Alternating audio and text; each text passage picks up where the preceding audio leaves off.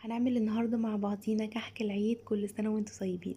ولو انتوا بقى من الناس اللي ما بتحبوش طعم الخميرة في الكحك، انا النهارده عاملاه بدون خميرة. طعمه حلو جدا وسهل وسريع وللمبتدئين كمان. عايزه اقول لكم طعمه حلو قوي ودايب في البق. عشان نشوف المقادير، معايا كيلو من الدقيق يكون لجميع الاغراض او دقيق فاخر. هنحط معاه تلت كوبايه من السكر البودر المنخول، ومعلقه كبيره من المحلب، معلقه كبيره من البيكنج باودر، ونص كوبايه من السمسم المحمص. هنقلب كل المقادير الجافه مع بعضيها.